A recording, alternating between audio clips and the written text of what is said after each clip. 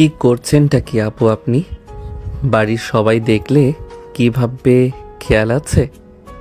দেখুন আপু, প্লিজ আমাকে ছেড়ে দিন। আমার মান সম্মান নিয়ে এভাবে খেলাধুলা করবেন না। বাবা জানতে পারলে আমাকে মেরে ফেলবে। চুপ, একদম চুপ। আমি কাছে আসলেই তোর বাবা তোকে মেরে ফেলে, তাই না? তোর মান সম্মান চলে যায়।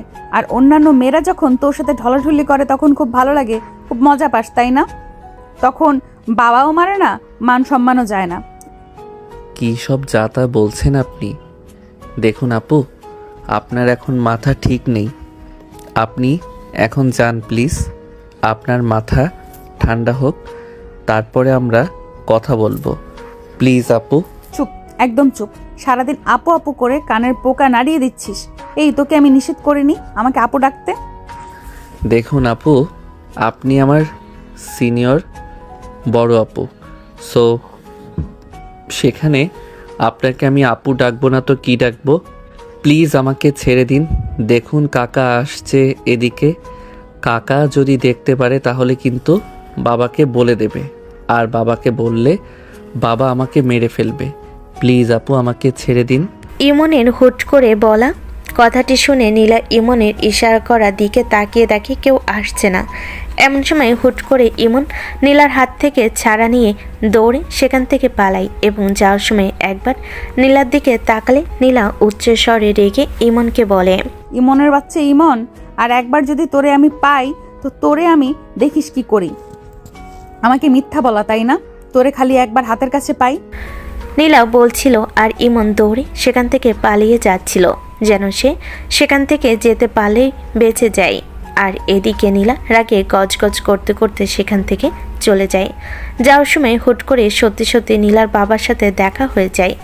নীলার বাবা নীলাকে হঠাৎ এমন সময় বাড়ির পেছনের রাস্তা দিয়ে আসতে দেখে প্রশ্ন করেন, কি হলো মামুনি, তুমি হঠাৎ করে এই সময় বাড়ির পিছনে কি করছিলে? আরে আব্বু, আর বলো না। ছাদের ওপর থেকে আমার পছন্দের ওড়নাটা হুট করে বাতাসের সাথে বাড়ির পেছনে পড়ে যায়। ওইটাই খুঁজতে এসেছিলাম। তা কি হলো, তুমি তোমার ওনাটা খুঁজে পেয়েছো? আরে আব্বু, না পাইনি, সমস্যা নেই। তুমি চলো আমরা বাড়ির মধ্যে যাই। আমি কাল সকালে এসে খুঁজবনি। যদি পাই তো পেলাম, না হলে আরেকটা নতুন কিনে নেবনি। ঠিক আছে মামুনি, চলো আমরা ভেতরে যাই। তবে একটা কথা সব সময় মাথায় রেখো, এমন অসময় সন্ধ্যাবেলায় হুটহাট করে বাড়ির পিছনে ওই দিকটায় যাবা না। ওই দিকে সাপ পোকামাকড় থাকতে পারে, বুঝতে পেরেছো আমার কথা? ঠিক আছে আব্বু, আর হবে না এমনটা। নীলার বাবা নীলাকে হালকা করে নিজের সাথে জড়িয়ে নিয়ে উপরে উঠছিলেন। এমন সময় হুট করে ওদের সামনে ইমনের সাথে দেখা হয়। মূলত ইমন তখন বাড়ির পেছনের রাস্তা দিয়ে দৌড়ে বাড়িতে এসেছিল এবং সে তার মায়ের আদেশে ছাদের উপর গিয়েছিল মায়ের কাপড় আনতে। ছাদ থেকে নিচে নামছিল, এমন সময় নীলা আর নীলার বাবার সাথে তার দেখা হয়ে যায়। নীলাকে দেখে ইমন হালকা করে শুকনো একটা ঢোক গিলে এবং নীলার বাবাকে দেখে একটু স্থির হয়ে দাঁড়ায়, কারণ ইমন এটা খুব ভালো করে জানে নীলা তার বাবার সামনে এমন কিছুই করবে না, যার জন্য তার বাবা তাদের দিকে প্রশ্ন তোলেন। নীলার বাবা ইমনকে ছাদ থেকে নেমে আসতে দেখে ইমনকে হাসি মুখে প্রশ্ন করে, কি হলো বাবা ইমন, কেমন আছো তুমি? অনেকদিন তোমাকে দেখা যায় না। কোথায় থাকো এখন? বাড়িতে থাকো নাকি? আসসালামু আলাইকুম কাকা। আসলে কাকা সামনে পরীক্ষা, তো এজন্য আর পড়াশোনার চাপে আগের মতো বাইরে ঘুরে বেড়ানো হয় না। বাইরে আড্ডা দেওয়ার সময় পাই না। ওয়ালাইকুম আসসালাম বাবা, এটা ঠিক বলছো। পড়াশোনা আগে, তারপর অন্য কিছু। ঠিক আছে বাবা, ভালো থাকো। পরে এক সময় বাড়িতে এসে এক কাপ চা খেয়ে যেও তোমার কাকিমার হাতে। ঠিক আছে কাকা, অন্য এক সময় আসবো। এখন মা তাড়াতাড়ি যেতে বলেছে। আসছি কাকা আমি। ইমন সেখান থেকে পালাতে পারলেই বাঁচে। কোনো মতে নীলার বাবার থেকে বিদায় নিয়ে সিঁড়ি বেয়ে নিচে নামছিল। এমন সময় হুট করে আবার ঘাট বাঁকিয়ে পেছনে তাকিয়ে দেখে নীলা তার দিকে রাগে কটমট নজরে তাকিয়ে আছে। নীলার তাকানো দেখে ইমন আরেকবার শুকনো একটা ঢোক গিলে দৌড়ে সেখান থেকে পালিয়ে গেল। নীলা তার বাবার সাথে তাদের ফ্ল্যাটে চলে গেল। পরের দিন সকালে ইমন বাইক নিয়ে কলেজে যাচ্ছিল। এমন সময় নীলা এসে তার সামনে দাঁড়িয়ে ওর বাইকের চাবি খুলে নেয়। হঠাৎ করে বাইকের চাবি এমনভাবে নিয়ে নেওয়ায় ইমনের ভীষণ রাগ হয়। সে সামনে তাকিয়ে দেখে এ তো আর কেউ নয়, তার জম দাঁড়িয়ে আছে। সে কোনো মতে আবারও শুকনো একটা ঢোক গিলে নীলার দিকে করুণ চোখে তাকিয়ে পড়ল। কি হলো নীলা আপু, এভাবে পথ আটকে দাঁড়িয়ে পড়লেন কেন? দেখুন আমার দেরি হয়ে যাচ্ছে, আমাকে আজকে তাড়াতাড়ি কলেজে যেতে হবে। আমার আজকে অনেক ইম্পর্টেন্ট একটা ক্লাস আছে, তাই প্লিজ চাবিটা দিয়ে দিন। তোর কলেজে ক্লাস আছে নাকি আজকে সিনথিয়ার সাথে পার্কে ঘুরতে যাওয়া আছে? কী সব যাতা বলছেন আপনি? দেখুন আজকে আমার কারো সাথে কোথাও ঘুরতে যাওয়ার কোনো প্ল্যান নেই। আমার আজকে ক্লাস করার প্ল্যান আছে। সামনে আমার পরীক্ষা, বলে যাচ্ছেন কেন আপনি? তুই ক্লাস করতে যাচ্ছিস তো? দেরি হয়ে যাচ্ছে তাই না? আচ্ছা ঠিক আছে চল, আমারও দেরি হয়ে যাচ্ছে। আজকে তুই আমাকে নিয়ে যাবি, আমার অনেক ইম্পর্টেন্ট ক্লাস আছে। এখন যদি আমি রিক্সার জন্য এখানে দাঁড়িয়ে থাকি তাহলে আমার অনেক দেরি হয়ে যাবে, আর আমি দেরি করে যেতে চাচ্ছি না। আজকে আমার কলেজে তাড়াতাড়ি যাওয়াটা বেশি গুরুত্বপূর্ণ। নীলার কথা শুনে ইমনের যেন মাথায় আকাশ ভেঙে পড়ল। সে কি বলবে কিছু ভেবে পাচ্ছিল না। আজকে হঠাৎ নীলা ইমনের সাথে কলেজ যেতে চাইছে কেন? এখন খুঁজে পাচ্ছে না কি এমন করেছে যে সে তার জন্য নীলা তাকে এভাবে জ্বালিয়ে মারছে। তার তো মনে পড়ছে না সে এমন কিছু করেছে যার জন্য নীলার এমন রেগে যাওয়া উচিত। কিন্তু ইমন এটা খুব ভালোভাবে বুঝতে পেরেছে যে এখন যদি সে নীলাকে নিয়ে কলেজে না যায় তাহলে নীলা কোনোভাবে তার গাড়ির চাবি তাকে দেবে না। আর আজকে তার সত্যি সত্যি কলেজে অনেক ইম্পর্টেন্ট একটা ক্লাস আছে যেটা তাকে করতেই হবে, কারণ সামনে তার ইন্টার প্রথম বর্ষের ফাইনাল পরীক্ষা। আর সে কোনোভাবেই ক্লাসটা মিস দিতে চায় না। তাই আর কোনো কুল কিনারা না পেয়ে ইমন নীলাকে নিয়ে কলেজের উদ্দেশ্যে রওনা হয়। ইমন মন খারাপ করে নীলাকে নিয়ে যাচ্ছিল আর মনে মনে ভাবছিল কোন অশুভ সময়ে যে তার বাবার এই শহরে ট্রান্সফার হয়েছিল কে জানে, আর কেন যে তার বাবাকে বেছে বেছে এই নীলাদের বাড়ি ভাড়া নিতে হলো তাও সে বুঝে পায় না। ভাড়া নেওয়ার এক সপ্তাহ পর থেকে নীলার আগমন শুরু হয় তাদের বাড়িতে। প্রথম প্রথম খুব ঘন ঘন আসতো। ইমন সবসময় নীলার থেকে দূরত্ব বজায় রাখত, কিন্তু নীলা সবসময় ইমনের আশেপাশে ঘোরাফেরা করত। সে কি বলবে কিছুই ইমনের মাথায় ঢুকতো না। আস্তে আস্তে এই ঘোরাফেরাটা কেমন যেন অধিকার বোধে পরিণত হয়। ইমন কোথায় যায় কি করে সব কথায় তাকে নজরে রাখতে হবে। একটা অদৃশ্য অধিকার কাজ করে যেন ইমনের প্রতি তার। ইমন বাইক চালাচ্ছিল আর নীলা পিছনে বসে তার পিঠে ঠ্যাস দিয়ে ঘন ঘন নিঃশ্বাস নিচ্ছিল। তার শ্বাস প্রশ্বাসের শব্দ ইমনের কানে বাজছিল। ইমনের বাইক খুব দ্রুত গতিতে চলছিল, তবে নীলার বাইক চালানো পছন্দ হচ্ছিল না। কি ব্যাপার ইমন, তোর বাইক চালানো কি আজ আর একটুও ভালো লাগছে না? এমন আস্তে চালাচ্ছিস কেন? আপনার তো অনেক ইম্পর্টেন্ট ক্লাস আছে, যদি এমন আস্তে চালাই তাহলে কি আপনার ক্লাসে দেরি হবে না? তাই একটু দ্রুত গতিতে চালাচ্ছিলাম। আপনি কি বাইকের স্পিড বাড়াতে বারণ করছেন?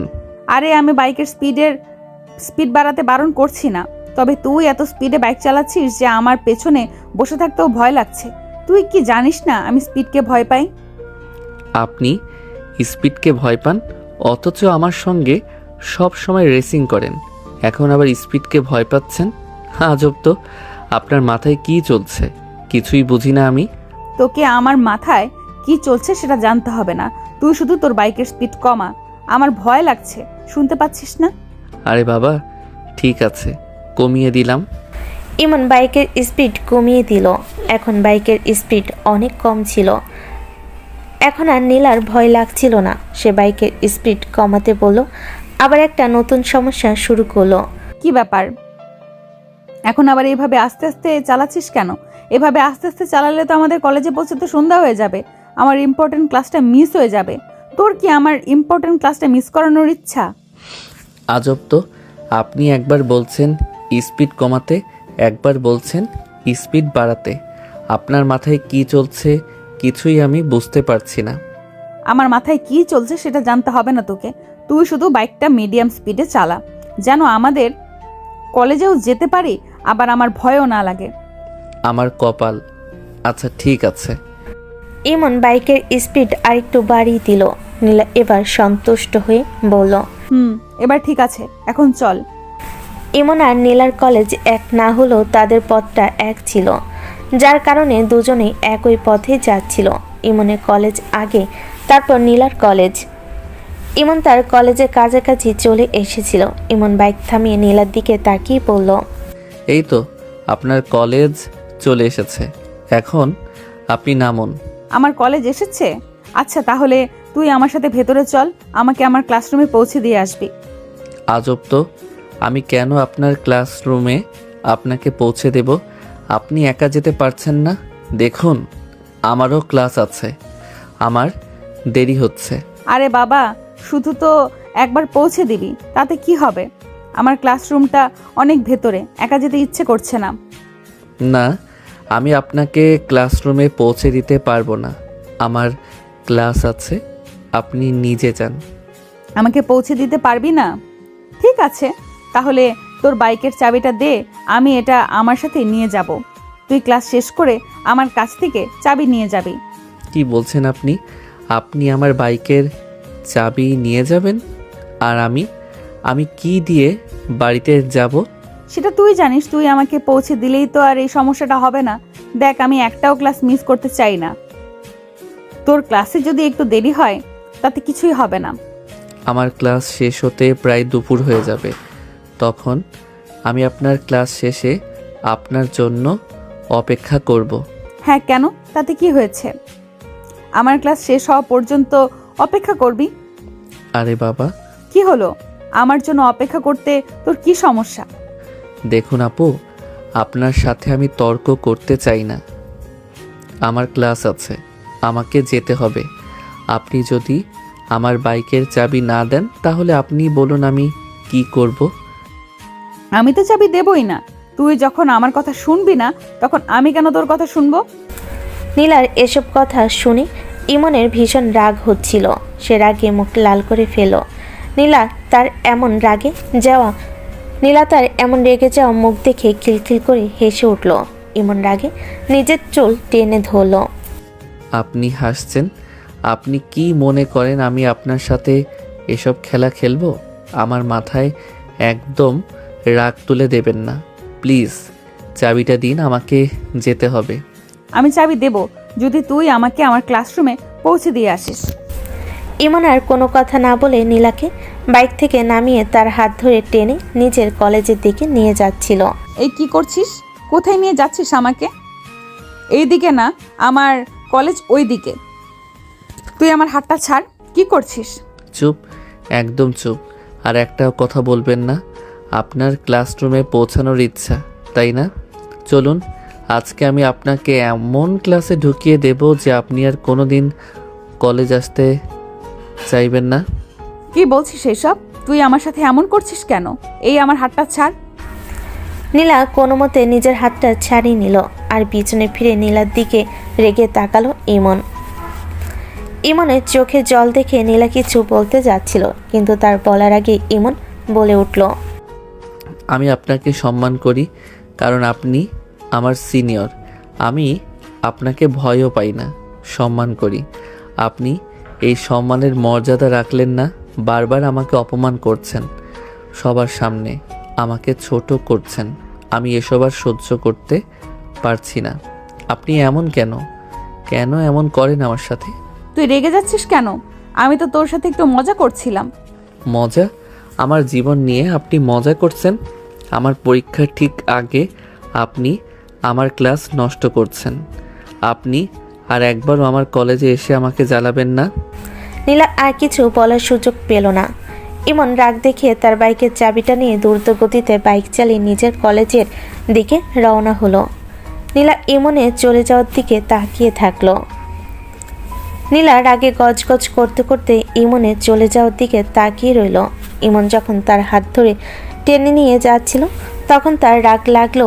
যখন সে ইমনের চোখে জল দেখল তখন নিজেকে খুব অপরাধী মনে হলো নীলার। সে নিজেও জানে ইমনের সাথে সে যা করছে তা ঠিক নয়, কিন্তু কেন যেন সে ইমনের থেকে দূরে থাকতে পারে না। আজকে তার কোনো ইম্পর্টেন্ট ক্লাস ছিল না, তবু সে মিথ্যা বলে ইমনের সাথে কলেজে যাচ্ছিল, কারণ ইমনের সঙ্গে সময় কাটানোর একটা সুযোগ সে হাতছাড়া করতে চায়নি। কিন্তু সামান্য একটা চাবি নিয়ে ইমন এত রাগ করবে সেটা সে ভাবেনি। নীলা নিজের কলেজের গেটে এসে বাইক চালিয়ে যাওয়া ইমনের দিকে তাকিয়ে রইল। কিছুটা সময় দাঁড়িয়ে থাকার পর নীলা একটা দীর্ঘশ্বাস ফেল, তারপর নিজের কলেজের দিকে হাঁটা শুরু করলো। ক্লাসে মন বসাতে পারছিল না নীলা। সারাক্ষণ ইমনের রাগের মুখটা তার চোখের সামনে ভেসে উঠছিল, বারবার নিজেকে অপরাধী মনে হচ্ছিল তার। ক্লাস শেষে নীলা আর দেরি করলো না, দ্রুত কলেজ থেকে বের হয়ে একটা রিক্সা নিল। রিক্সা করে সে সোজা ইমনের কলেজের সামনে গিয়ে দাঁড়ালো। এদিকে ইমনের কলেজ শেষ হতে তখনও অনেক বাকি। নীলা কলেজের গেটের বাইরে একটা চায়ের দোকানে বসে ইমনের জন্য অপেক্ষা করতে থাকলো। প্রায় 1 ঘন্টা অপেক্ষা করার পর দেখলো ইমন বাইকে চড়ে হনন করে আসছে। দেখে মনে হলো তার ক্লাস তাড়াতাড়ি শেষ হয়েছে বা ক্লাস মিস করে চলে আসছে। ইমন বাইকটা নিয়ে রিক্সার পাশ দিয়ে দ্রুত চলে যেতে চাইলে নীলা তাকে থামিয়ে দিল। এই ইমন, কোথায় যাচ্ছিস? দাঁড়া। আপনি এখানে কি করছেন? তোর জন্য অপেক্ষা করছি, চল আমার সাথে। আপনার সাথে আমি কেন যাব? আমার ক্লাস শেষ হয়নি, আমি ক্লাস মিস করে চলে এসেছি, কারণ আপনার সাথে আমার একটা মিনিটও দেখা করার ইচ্ছা নেই। আর আমার আজ কোনো ক্লাস নেই, সামনে আমার পরীক্ষা, আমাকে এখন বাড়িতে গিয়ে পড়তে হবে। ঠিক আছে চল, আমরা দুজনেই এখন বাড়িতে যাব। চল, আর তর্ক করিস না। আপনার সাথে আমার কোনো কথা নেই, আর আপনার বাইকের চাবি আপনি রেখে দিন, আমি অন্য রিক্সা করে বাড়িতে যাব। আরে বাবা, রাগ করিস না। শোন, আমি তো তোর সাথে একটু মজা করছিলাম। মজা? আপনি কি জানেন আপনার এই মজাতে আমার কত বড় ক্ষতি হলো? আমার আজকের সবচেয়ে গুরুত্বপূর্ণ ক্লাসটা আমি মিস করে আসলাম। আমি জানি, তুই রাগ করিস না, আমি সরি। নীলা জোর করে ইমনের দিকে তাকিয়ে ক্ষমা চাইল। নীলাকে এমন করতে দেখে ইমনের রাগ গলে পানি হয়ে গেল, তবু সে রাগ দেখিয়ে বলল, সরি, আপনি আমার সাথে যা করছেন তার জন্য এ একটা সরি কি যথেষ্ট? ঠিক আছে, কি করলে তোর রাগ কমবে বল, আমি তাই করব। কিছুই করতে হবে না, আপনি শুধু আমার থেকে দূরে থাকুন আর আমার আশেপাশে আসবেন না, এটাই আপনার কাছে আমার অনুরোধ। আমি তো তোর আশেপাশে না এসে থাকতে পারি না। মানে হলো, তোকে দেখলে আমার কেমন যেন একটা অধিকার বোধ কাজ করে। মনে হয় যেন তুই শুধুই আমার। তুই কোথায় যাবি, কি করবি, সবটাই আমাকে জানতে হবে। এসব কি বলছেন আপনি? আমার মনে হয় আপনার কোনো মানসিক সমস্যা হচ্ছে। প্লিজ আপনি একজন ডাক্তার দেখান। তুই তো জানিস আমার কোনো মানসিক সমস্যা নেই। তুই আমার কথা বিশ্বাস কর আর না কর, তাতে আমার কিছুই যায় আসে না। তবে একটা কথা মনে রাখিস, আমি তোকে আর কোনো মেয়ের আশেপাশে দেখতে চাই না। আপনি কি বলছেন এসব? আপনার মতো একজন মেয়ের সাথে আমি কেন থাকবো? কি বললি তুই? তোর কি সাহস হচ্ছে আমার সাথে এমন কথা বলার? আমি তোর থেকে অনেক সিনিয়র, সে কথা ভুলে যাচ্ছিস নাকি? সিনিয়র? আপনি আমার সিনিয়র হতে পারেন, তবে আমার জীবনের মালিক আপনি নন। আপনি আমার বাড়িওয়ালার মেয়ে বলে আমি আপনার সাথে এতক্ষণ কথা বললাম, আর আপনি যদি আমার সাথে বারবার এমন করেন তাহলে আমি আমার বাবাকে বলে এই বাড়ি ছেড়ে অন্য কোনো বাড়ি ভাড়া নেব। তুই কি সত্যি সত্যি আমার থেকে দূরে চলে যাবি? আমি চলে যাব, কারণ আপনার মতো এমন একটা মেয়েকে আমি আমার আশেপাশে সহ্য করতে পারছি না। ইমনের এমন কথা শুনে নীলার চোখে জল চলে এলো। সে কাঁদো কাঁদো চোখে ইমনের দিকে তাকিয়ে বলল, কি বললেন আপনি? তুই সত্যি সত্যি চলে যাবি? তুই কেন বুঝতে পারছিস না আমি তোকে পছন্দ করি? হ্যাঁ, আমি তোকে পছন্দ করি, আর এই কারণেই তোর আশেপাশে সবসময় ঘোরাফেরা করি, তোকে জ্বালাই। তোকে ছাড়া আমি থাকতে পারবো না ইমন, আমি তোকে ভালোবাসি। নীলার এমন কথা শুনে ইমনের মাথায় যেন আকাশ ভেঙে পড়ল। নীলার এমন স্বীকারোক্তি ইমনের কাছে অবিশ্বাস্য মনে হলো। সে কিছু বলতে পারল না। নীলার চোখে তখন শুধু জল আর জল। আপনি কি বলছেন এসব? আমি তো আপনার থেকে অনেক ছোট। বয়সে ছোট হলেই কি ভালোবাসতে নেই? কিন্তু আমি তো আপনাকে আপু ডাকি। আমি তো বারবার তোকে বারণ করেছি আমাকে আপু ডাকতে। এখন বল, তুই কি আমাকে ভালোবাসিস না? ইমনের মুখে কোনো কথা ছিল না, সে শুধু অবাক হয়ে নীলার দিকে তাকিয়ে রইল। নীলা তখন চোখের জল মুছে ইমনের দিকে এগিয়ে এসে তার হাত ধরে বলল, এখন আর তোর বাইকের চাবি আমি নেব না। তুই বাইক নিয়ে যা, আমি তোকে পরে ফোন করব। বাড়িতে গিয়ে আমার সাথে কথা বলবি। আর হ্যাঁ, বাইকটা সাবধানে চালাবি, আর কোনো ক্লাস মিস করিস না।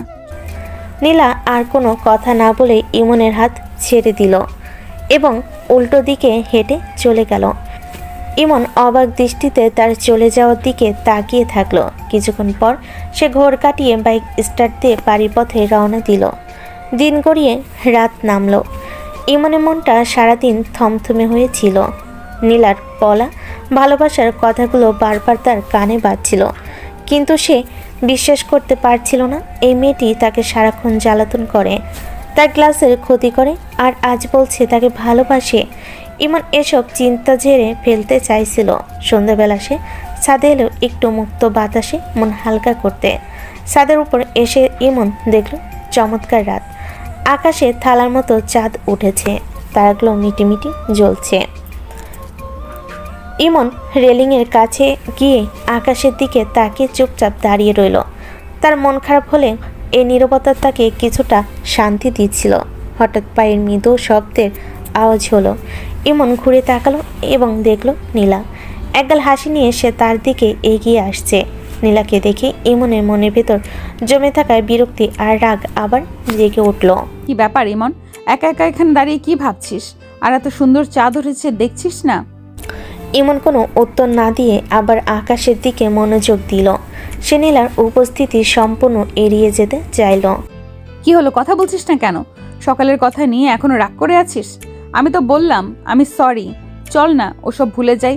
দেখ কত সুন্দর রাত, চল দুজন মিলে চাঁদ দেখি। দেখুন আপু, আপনার সাথে আমার কোনো কথা বলার ইচ্ছা নেই। আপনি দয়া করে আমার থেকে দূরে থাকুন।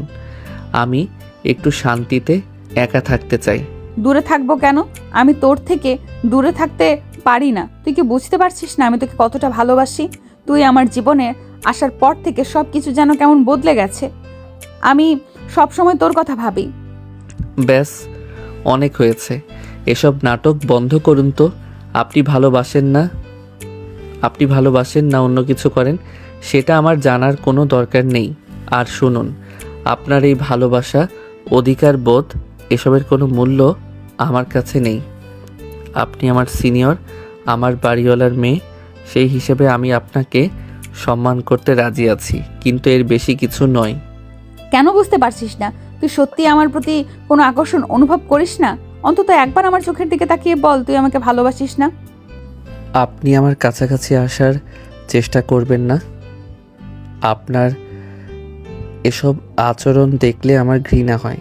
আপনি কেন বারবার ভুলে যাচ্ছেন আপনি আমার থেকে অনেক বড়? আপনি একজন সিনিয়র, আর আমি আপনার চোখে একটা বাচ্চা ছেলে মাত্র। আপনার মতো একজন অভিজ্ঞ মেয়ের সাথে আমি কেন সম্পর্কে জড়াবো? আমি কেন আপনার ভালোবাসার খেলার পুতুল হব? কি বললি তুই? অভিজ্ঞ মেয়ে, খেলার পুতুল? তোর মুখে এমন কথা! আমি তোর চেয়ে বড় বলে তুই আমাকে অপমান করছিস? আমার ভালোবাসাটাকে তুই নাটক বলছিস? হ্যাঁ, আপনার মতো মেয়েরা এর থেকে বেশি কী বা হতে পারে? বয়স হয়ে গেছে, এখন হয়তো একটা খেলার সাথী খুঁজছেন, আর আপনার চোখের সামনে আমি সহজলভ্য, তাই বুঝি আমাকে জ্বালাতন করছেন। আপনার এসব কথা শুনলে হাসি পায়। আপনি আমার সিনিয়র হতে পারেন, কিন্তু আমার চোখে আপনি স্রেফ একজন। ইমনের শেষ না হওয়া কথাটি যেন তীরের ফলার মতো নীলার বুকে গিয়ে বিঁধল। তার মুখটা ফ্যাকাশে হয়ে গেল। নীলা বুঝতে পারছিল ইমন তাকে কি বলতে চেয়েছে। সে তার ভালোবাসার কথা না শুনে তাকে অসম্মান করেছে। তার চোখে জল ভরে উঠল। আমি কখনো ভাবিনি তুই আমার সম্পর্কে এমনটা ভাবিস। আমি তোর ভালোবাসা চেয়েছিলাম, আর তুই আমাকে এতটা জঘন্য কথা বললি। আপনি যা ভাবুন, আমার কিছু যায় আসে না। আমার কাছে আপনার জন্য কোনো অনুভূতি নেই, ভবিষ্যতেও থাকবে না। আপনার উচিত একজন আপনার সমবয়সী বা আপনার চেয়েও বড় কাউকে খুঁজে নেওয়া, যার সাথে আপনি আপনার ভালোবাসার খেলা খেলতে পারবেন। আমাকে একা থাকতে দিন, আমার সামনে পরীক্ষা। আপনার এসব অপ্রয়োজনীয় নাটক দেখার সময় আমার নেই। ইমনের প্রতিটি শব্দ যেন নীলার হৃদয়ে আঘাত হানছিল। তার চোখ দিয়ে অনবরত জল গড়িয়ে পড়ছিল। সে এক মুহূর্ত সেখানে দাঁড়ালো না। অপমান আর গভীর দুঃখ নিয়ে সে মাথা নিচু করে সেখান থেকে দ্রুত হেঁটে ফ্ল্যাটের সিঁড়ি দিয়ে নিচে নেমে গেল। তার কান্নার শব্দটুকু চাপা পড়ল না ইমনের কানে। ইমন দেখল নীলা দ্রুত নিচে নেমে গেল। তার চলে যাওয়ার দিকে সে তাকিয়ে রইল। ইমনের মনে কিছুটা শান্তি এলো সেই মুহূর্তে। নীলার চোখ দুটো তার মনে অস্বস্তি সৃষ্টি করলো।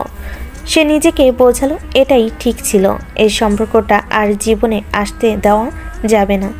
ইমন আবার চাঁদের দিকে তাকালো, কিন্তু সেই রাতের সৌন্দর্য এখন তার কাছে যেন বিষণ্ণ লাগছিল। নীলার কান্নার প্রতিটা শব্দ তার কানে বাজছিল। রাতের নিস্তব্ধতা তখন গভীর। ছাদ থেকে ইমনের বলা রুড কথাগুলো নীলার কানে তখন বাজছিল। অভিজ্ঞ মেয়ে, খেলার পুতুল, অপ্রয়োজনীয় নাটক, প্রতিটি শব্দ যেন তাকে ছিন্নভিন্ন করে দিচ্ছিল। নিজের ফ্ল্যাটে ফিরে এসে নীলা দরজার কাছে মেঝেতে বসে পড়ল। তার চোখ দিয়ে অনবরত জল ঝরছিল। তার সারা জীবনের অহংকার, তার আত্মসম্মান সব কিছু যেন এক নিমিষে ভেঙে গুঁড়িয়ে দিল। আমি ওকে এত ভালোবাসি আর ও আমাকে এসব বলল? ও কি ভাবলো আমি ওর সঙ্গে সত্যি সত্যি খেলা করছিলাম? একটা মেয়ে এতটা সহজে নিজের ভালোবাসা স্বীকার করে, তাকেও এভাবে অসম্মান করলো। আমি কি ওর থেকে সত্যি সত্যি এত বড় যে আমার ভালোবাসার কোনো দাম নেই? নীলা কোনোদিন ভাবেনি ইমনের কাছ থেকে সে এমনভাবে প্রত্যাখ্যান পাবে, বিশেষত এমন অপমানজনক ভাষায়। সে ভেবেছিল ইমন হয়তো একটু ভয় পাচ্ছে বা লজ্জা পাচ্ছে, কিন্তু তার মনেও হয়তো সামান্য কিছু অনুভূতি আছে। কিন্তু ইমনের চোখে সে আজ শুধু ঘৃণা দেখেছে। এই কষ্ট তার কাছে অসহ্য লাগছিল। সে মাথা নিচু করে কাঁদতে থাকলো। নীলার মা তখন রান্নাঘর থেকে বেরিয়ে এসে মেয়েকে দরজার কাছে এভাবে কাঁদতে দেখে চমকে উঠলেন। কি হলো মা নীলা, তুই এভাবে কাঁদছিস কেন? রাতে ছাদে গিয়েছিলি, তারপর থেকে মুখটা কেমন থমথমে। কে কি বলেছে তোকে? কেউ কিছু বলেনি মা, আমার মন খারাপ লাগছে। মন খারাপ লাগছে কেন? আমাকে খুলে বল। তুই কি ওই ইমনের সাথে আবার কোনো ঝামেলা করেছিস? আমি তো আগেই বলেছিলাম ওই ছেলেটা তোর থেকে ছোট। তোর এসব পাগলামি ভালো না। না মা, ঝগড়া করিনি, তবে আজকে ও আমাকে যা বলেছে তা আমি নিতে পারছি না। ও আমার ভালোবাসাকে অপমান করেছে। ও বলেছে আমি নাকি... কি বলেছে ও? বল আমাকে। আমি এখনই ওর বাবার কাছে যাচ্ছি। আমি ওকে ওর বাবার কাছে গিয়ে অভিযোগ করব। সাহস কি করে হয় ওর? না মা, প্লিজ তুমি বাবাকে কিছু বলো না। আমি চাই না আমাদের জন্য ওর বাবার কোনো ক্ষতি হোক। আমি চাই না ও এখান থেকে চলে যাক। কিন্তু তুই এভাবে কষ্ট পাবি কেন? যে তোকে এত অসম্মান করে কথা বললো তার জন্য তোর এত চিন্তা কেন? আমি বুঝতে পারছি তুই ওকে সত্যি ভালোবাসিস, কিন্তু যে তোর ভালোবাসাকে মূল্য দেয় না তার থেকে দূরে থাকাই ভালো। তুই ভুলে যা ওকে। আমি ভুলতে পারছি না মা, আমি জানি না কেন, কিন্তু আমি ওকে ছাড়া থাকতে পারবো না। কিন্তু ও আমাকে আজ যা বলেছে, এরপর আমি কিভাবে ওর সামনে যাব? এদিকে ইমন ছাদ থেকে নেমে নিজের ঘরে এসে শান্তি পাচ্ছিল না। সে টেবিলের উপর রাখা বইগুলোর দিকে তাকিয়েছিল, কিন্তু একটি অক্ষরও তার মাথায় ঢুকছিল না। বারবার তার মনে পড়ছিল নীলার কান্নারত মুখটা।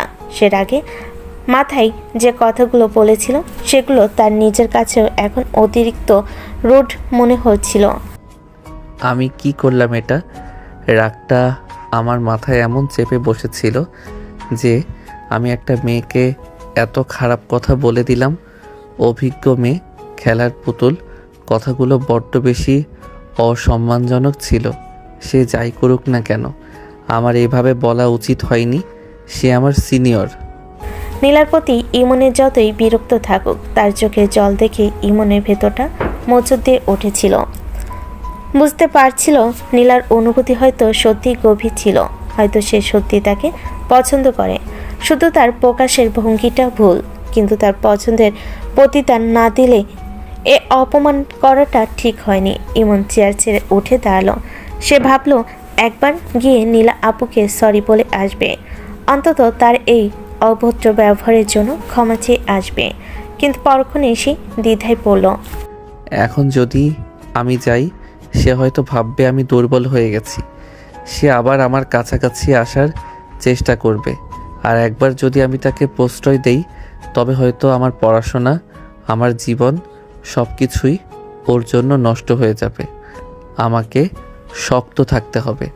কিন্তু ইমনের বিবেক তাকে অস্থির করে তুলল। নীলা আপুর কান্না তার কানে বাজতেই থাকলো। না, এভাবে হয় না। আমি মানুষ, অমানুষ নই। সে যদি আমাকে ভালোবাসার কথা নাও বলতো, তবুও আমার এভাবে অপমান করা ঠিক হয়নি। কাল সকালে তার সাথে দেখা হলে একবার ক্ষমা চেয়ে নেব, শুধু আজকের ব্যবহারের জন্য। এর বেশি কিছু নয়, দূরত্ব বজায় রাখবো, কিন্তু সম্মানটা যেন বজায় থাকে। ইমন বিছানায় শুয়ে পড়ল, কিন্তু ঘুম আসছিল না। নীলার কান্নার প্রতিধ্বনি আর তার নিজের বলা কটু কথাগুলো মিলে এক মিশ্র অনুশোচনা তার মনে আলোড়ন সৃষ্টি করছিল। সে জানতো না এই ঘটনার পর নীলা এখন তার সাথে কেমন ব্যবহার করবে। সে শুধু চাইছিল নীলা যেন শান্তিতে থাকে এবং তার বলা কথাগুলোর প্রভাব যেন তার জীবনে বেশি না পড়ে। পরের দিন সকালটা কেমন হবে তা ভেবে ইমনে ঘুম আসছিল না। একদিকে তার রাগ, অন্যদিকে অনুশোচনা, আর মাঝখানে দাঁড়িয়ে আছে নীলার নিঃশর্ত ভালোবাসা। সেই রাতে তিক্ত ঘটনার পর সূর্য আবার উঠল, কিন্তু ইমনের মন থেকে সেই রাতের অস্বস্তি দূর হলো না। তার মনে অনুশোচনার দানা। নীলা আপুর সাথে দেখা করে কাল রাতের অভদ্র ব্যবহারের জন্য শুধু সরি বলবে, এর বেশি কিছু নয়। সকালে নাস্তা করতে গিয়েও ইমনের মন টিকল না। সে ঘড়ি দেখল, এমন সময় নীলা আপু হয়তো তার ফ্ল্যাটের বারান্দায় বা ছাদে থাকবে। ইমন দ্রুত পেয়ে সিঁড়ি বেয়ে নীলাদের ফ্ল্যাটের দরজায় গিয়ে দাঁড়ালো। দরজায় মৃদু নক করতে নীলার মা এসে দরজা খুললেন।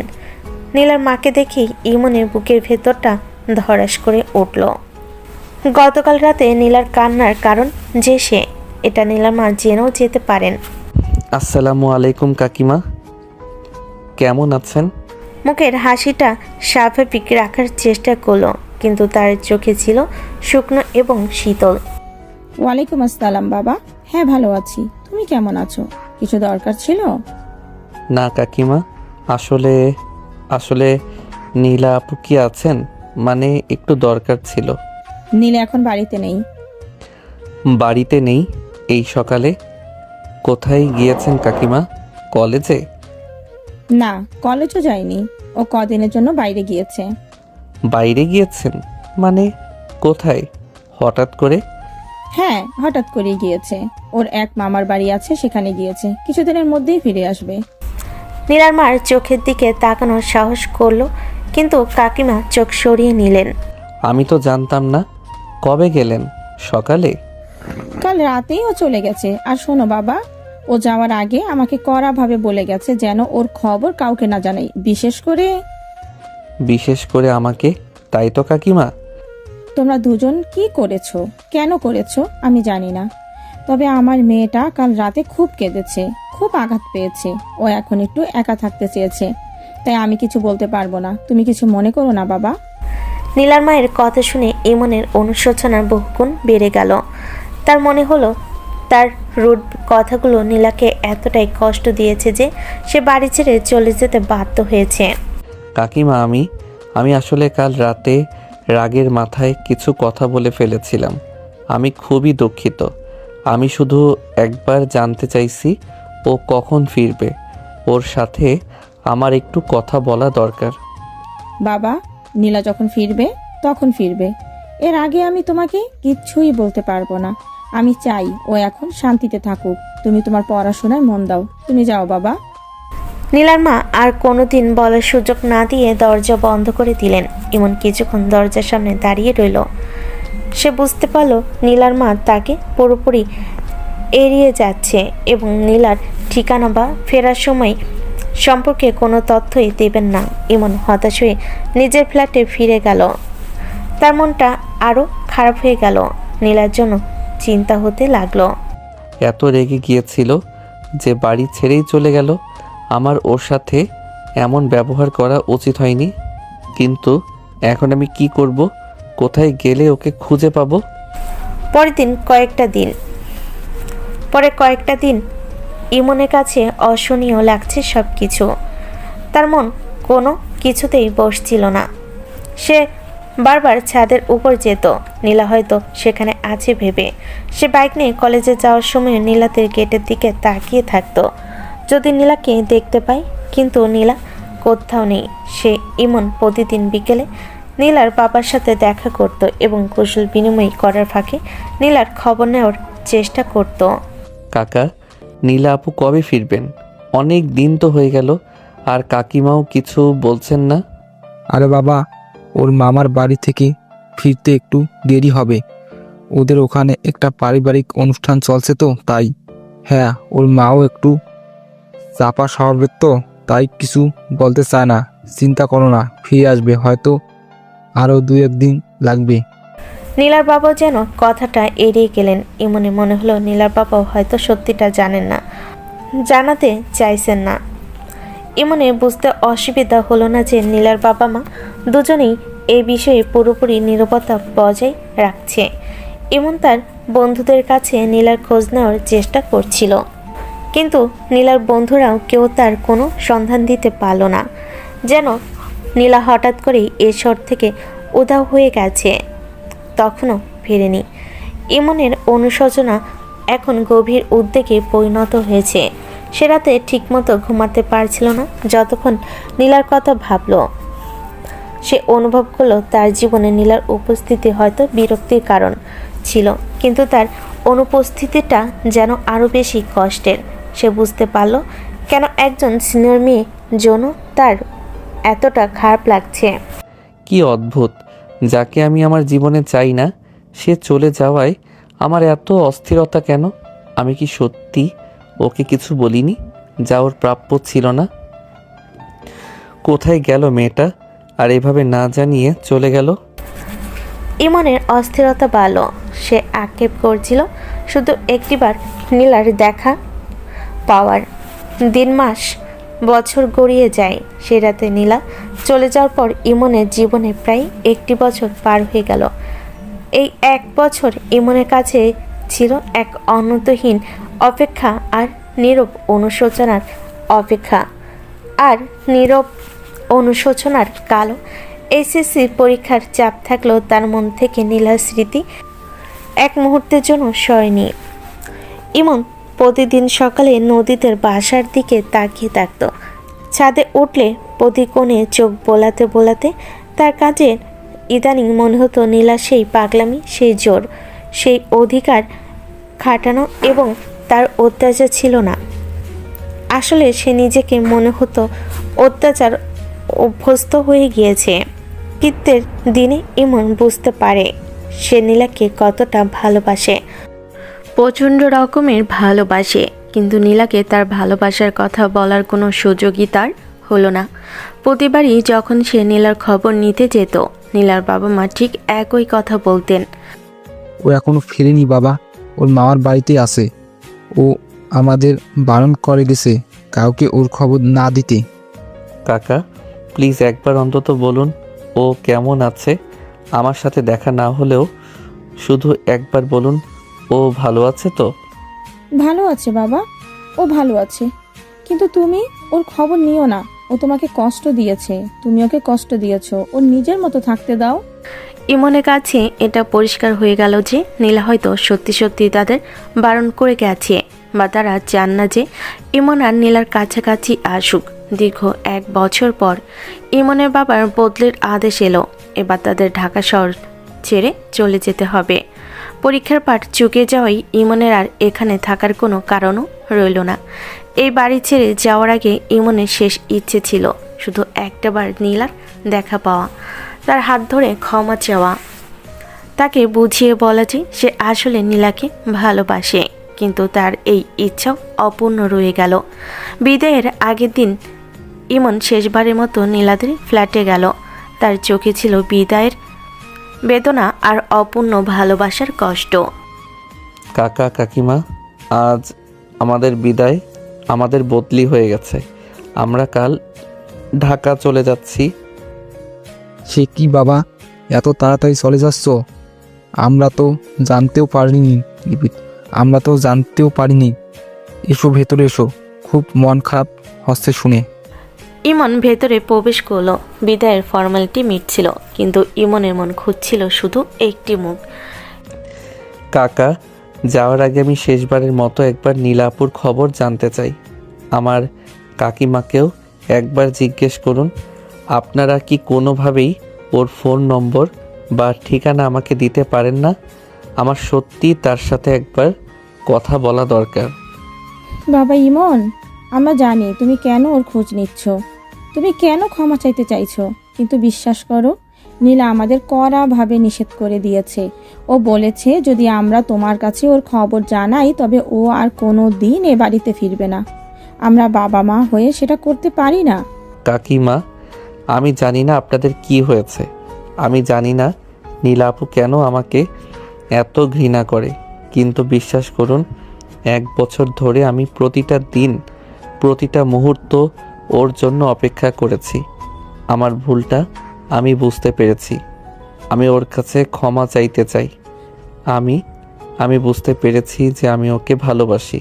ইমনের মুখে ভালোবাসার কথা শুনে নীলার বাবা মার চোখ মুহূর্তের জন্য বড় হয়ে গেল। তারা স্তম্ভিত হয়ে গেল, একে অপরের দিকে তাকালেন। কি বলছো তুমি বাবা, তুমি ওকে ভালোবাসো? হ্যাঁ কাকিমা, যেই দিন ও অভিমান করে চলে গেল, তারপর থেকেই আমি বুঝতে পেরেছি ওর সেই পাগলামি, সেই শাসন সবই আমার কাছে আজ শুধু ভালোবাসা মনে হয়। কিন্তু আমি আর একটাবারও ওকে দেখতে পেলাম না, ক্ষমা চাওয়ারও সুযোগ পেলাম না। বাবা, তুমি চলে যাচ্ছ, তোমার জীবনটা এখন বড়, তোমার একটা ভালো কেরিয়ার গড়তে হবে। নীলা এখন নিজের মতো আছে, তুমি তাকে ভুলে যাও এই 1 বছর তিক্ততা। ভুলে যেতে চাইলেও পারবো না কাকা। যদি কোনোদিন ও ফিরে আসে তখন ওকে বলবেন ইমন ওর কাছে ক্ষমা চেয়েছে, আর বলবেন ইমন সারা জীবন ওর অপেক্ষায় থাকবে। আর কোনো কথা না বাড়িয়ে ইমন প্রণাম করে মাথা নিচু করে বিদায় নিল। নীলার বাবা মা নীরবে দাঁড়িয়ে ইমনের চলে যাওয়া দেখলেন। ইমন সেই বাড়ি থেকে বের হলো একরাশ অপূর্ণতা নিয়ে। সে তার বাবার গাড়িতে উঠে বসলো। বাইকটা তখনও সেখানেই, তবে তা আজ নীলাকে কোথাও পৌঁছে দিতে পারল না। জানালার কাছ দিয়ে সে শেষবারের মতো নীলাদের ফ্ল্যাটের দিকে তাকালো। সেই বারান্দা, সেই ছাদ, সব যেন শূন্য। ইমনের গাড়ি ঢাকা শহরের উদ্দেশ্যে রওনা হলো। পেছনে পড়ে রইল তার শৈশবের শহর আর 1 বছরের সেই নীরব অপেক্ষার গল্প। ইমনের মনে তখন শুধু একটাই প্রশ্ন, নীলা কোথায়? সে কি সত্যি তাকে ভুলে থাকতে চেয়েছিল, নাকি তার আঘাত এত গভীর ছিল যে সে আর কখনোই ফিরবে না? তবে কি ইমন আর কখনোই নীলার দেখা পাবে না? সে কি তার অবুঝ ভুলের কারণে সত্যি সত্যি নীলাকে হারিয়ে ফেলেছে নিজেকে জীবন থেকে? আকাশ সমান কষ্ট আর বুক ভরা প্রশ্ন নিয়ে সে নীরবে চলে গেল তার বাবা মায়ের সাথে ঢাকা শহরের অজানা এক শহরে অজানা গন্তব্যে। লেখে গেল একরাশ স্মৃতি এই ছোট্ট শহরটাতে, তার ভালোবাসার মানুষের শহর। তবে যাওয়ার আগে ইমন মনে মনে প্রতিজ্ঞা করে গেল, সে আবার ফিরবে নীলার জন্য। সে আবার ফিরবে নীলাকে ফিরে পাওয়ার জন্য, তাকে ফিরে আসতে হবে। ইমন গাড়িতে ওঠার সময় শেষবারের মতো নীলাদের বাড়ি থেকে তাকিয়ে মনে মনে বলে উঠল, কাজটা তুমি একদম ঠিক করলে না নীলা। মানছি আমি দোষ করেছি, অন্যায় করেছি। তার জন্য তুমি আমাকে বকতে পারতে, মারতে পারতে। ছেড়ে চলে যাওয়াটা তোমার উচিত হয়নি, একদম না। আমাকে এত কষ্ট দেওয়া তোমার একদম উচিত হয়নি। আমি সত্যি এতটা কষ্ট ডিজার্ভ করতাম না, কিন্তু তারপরও তুমি দিয়েছ, এর জবাব তোমাকে দিতে হবে। আমি আবার আসবো, ততদিনের জন্য বিদায়।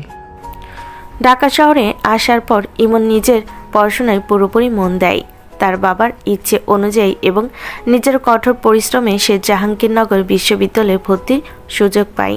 নতুন পরিবেশ, নতুন বন্ধু এবং একটি নতুন জীবন তাকে ধীরে ধীরে পুরনো স্মৃতি ভুলিয়ে দেবে, এমনটাই আশা ছিল তার। কিন্তু মনের গভীরে নীলার জন্য রাখা জায়গাটাই তখনও শূন্য ছিল, যা অব্যক্ত যন্ত্রণার মতো মাঝে মাঝে উকি দিত। দীর্ঘ 1 বছরের হতাশা, অনুশোচনা আর অপূর্ণতার বোঝা নিয়ে ইমন পা রাখল তার নতুন বিশ্ববিদ্যালয়ে। প্রথম দিন ক্লাসরুমের পরিবেশ, স্নেহতের উষ্ণ অভ্যর্থনা, সব মিলিয়ে এক অন্যরকম উত্তেজনা কাজ করছিল তার মধ্যে। ক্লাস শেষ হলো, বিকেলে নরমালও তখন ক্যাম্পাসের কাছে ঢাকার রাস্তাগুলোর উপর পড়ছে। ইমন ব্যাগ গুছিয়ে নিয়ে মূল ভবন থেকে নিচে নামছিল, ক্লাসের সহপাঠীদের সাথে গল্প করতে করতে। সে যখন বটতলার দিকে যাচ্ছিল, ঠিক সেই সময় দূর থেকে ভেসে এলো একটি কণ্ঠস্বর। কথা নয়, সেই কণ্ঠস্বর ছিল একটি হাসির।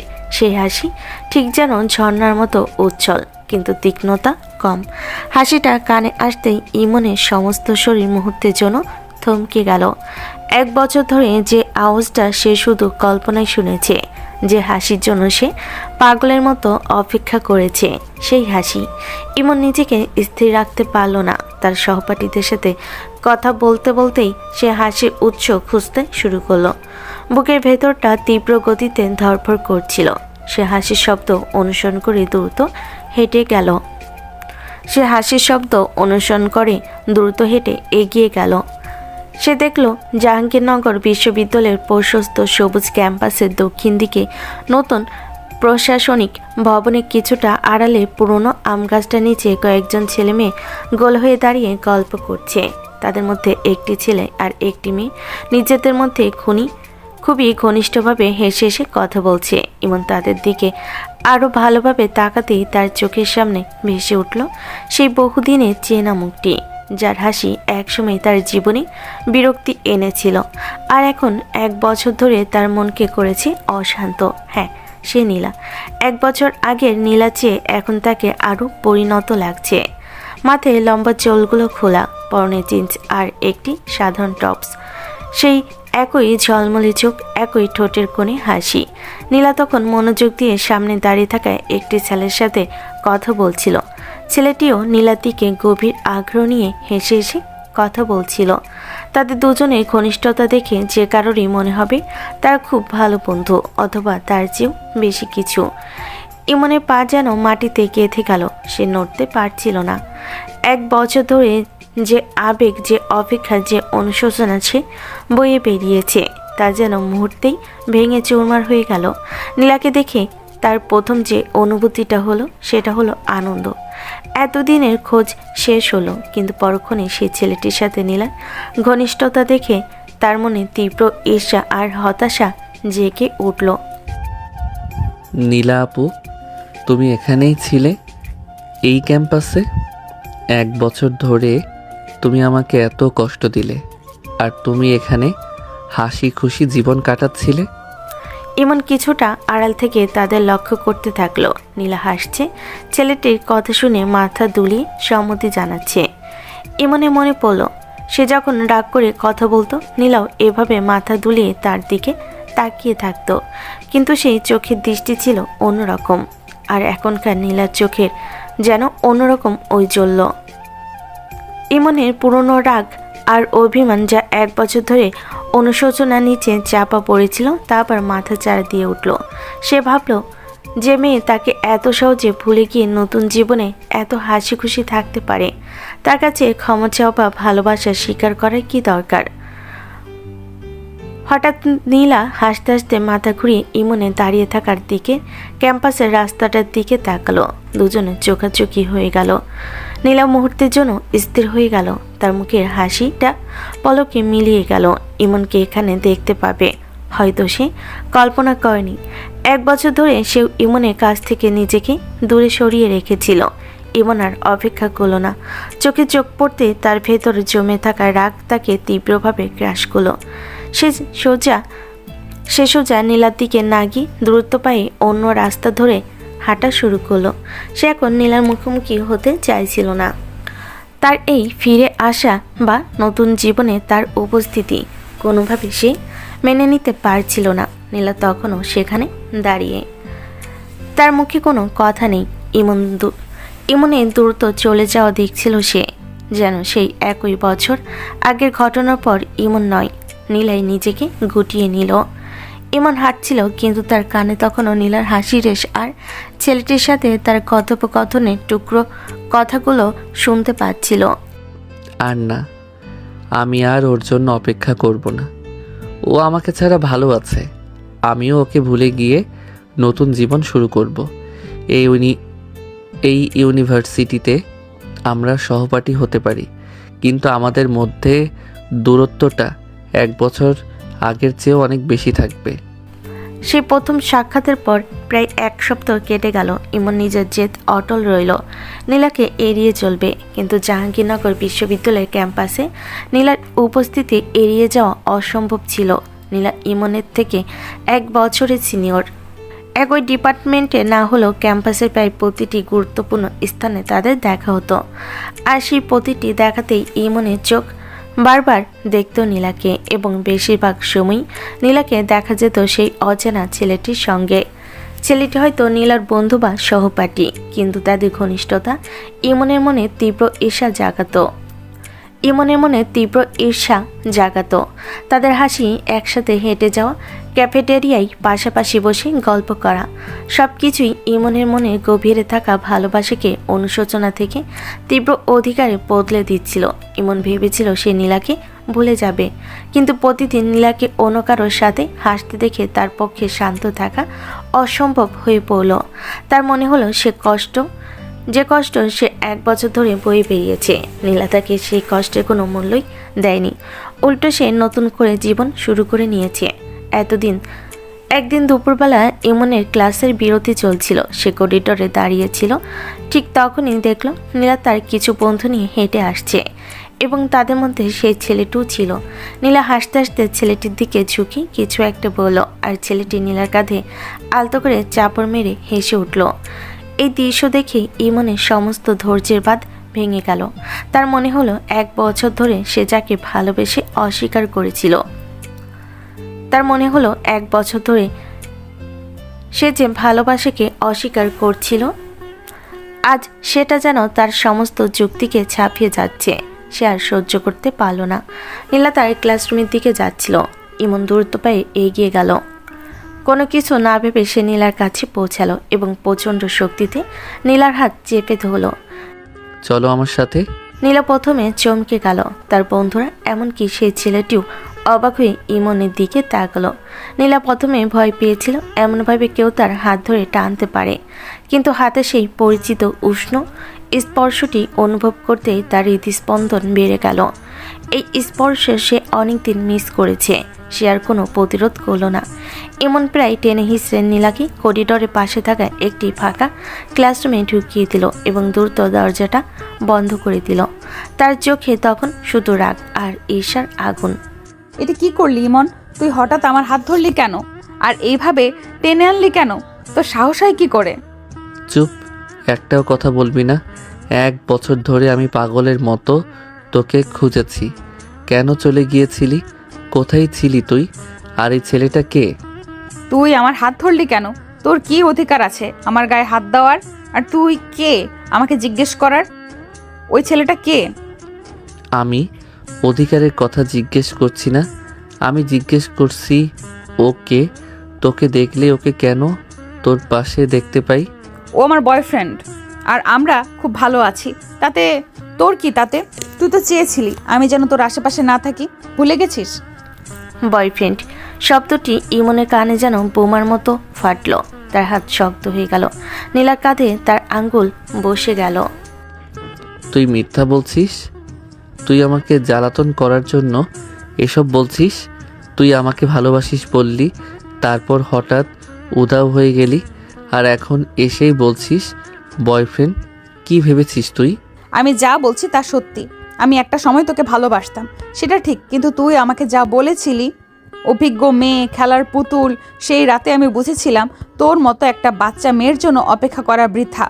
তাই আমি চেয়েছিলাম, নিজেকে গুছিয়ে নিয়েছি, আর এখন আমি ওকে ভালোবাসি, যার কারণে আমার ভালোবাসার দাম আছে। মিথ্যা, সব মিথ্যা। তুই আমাকে ছাড়া ভালো থাকতে পারিস না। আমি জানি তুই আমার জন্য ফিরে এসেছিস। তুই শুধু আমাকে কষ্ট দেওয়ার জন্য এসব করছিস। তুই কেন এমন করলি? কেন আমাকে এতটা কষ্ট দিলি? তুই কি জানিস আমি প্রতিদিন তোর জন্য কত কষ্ট পেয়েছি, তোকে খুঁজেছি। কেন কষ্ট পাবি? তুই তো আমাকে ঘৃণা করতি। আমি দূরে গেলে তোর মুক্তি পাওয়ার কথা, আর তুই আমার খোঁজ খবর নিতেও আসতি না। যদি তোর বিবেকের দংশন হতো। হ্যাঁ, বিবেকের দংশন হয়েছে, আর আমি বুঝেছি আমি ভুল ছিলাম। আমি শুধু ভুল ছিলাম না নীলা আপু, আমি তোমাকে ভালোবাসি। আমি তোমাকে প্রচণ্ড ভালোবাসি। আমি তোমার কাছে ক্ষমা চাইতে চেয়েছিলাম, কিন্তু তুমি কেন আমাকে সুযোগ দিলে না? কেন এত সহজে অন্য একজনের সাথে জড়িয়ে গেলে? ভালোবাসিস? আজ বলছিস ভালোবাসিস? যেদিন ভালোবাসার কথা শোনার দরকার ছিল সেদিন তুই আমাকে অপমান করেছিলি। এখন আমার নতুন জীবন শুরু হয়েছে আর তুই এসে বলছিস ভালোবাসিস? তোর হাতে আমার কোনো অধিকার নেই। তুই আমার হাত ছাড়। আমি ছাড়বো না। তুই আমাকে ছেড়ে চলে যেতে পারিস না। তুই কেন অন্য কারোর সাথে সম্পর্কে জড়ালি? আমার জন্য অপেক্ষা করতে পারতিস না?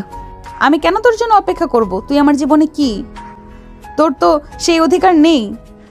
আমার অধিকার আছে। আমি তোমাকে ভালোবাসি।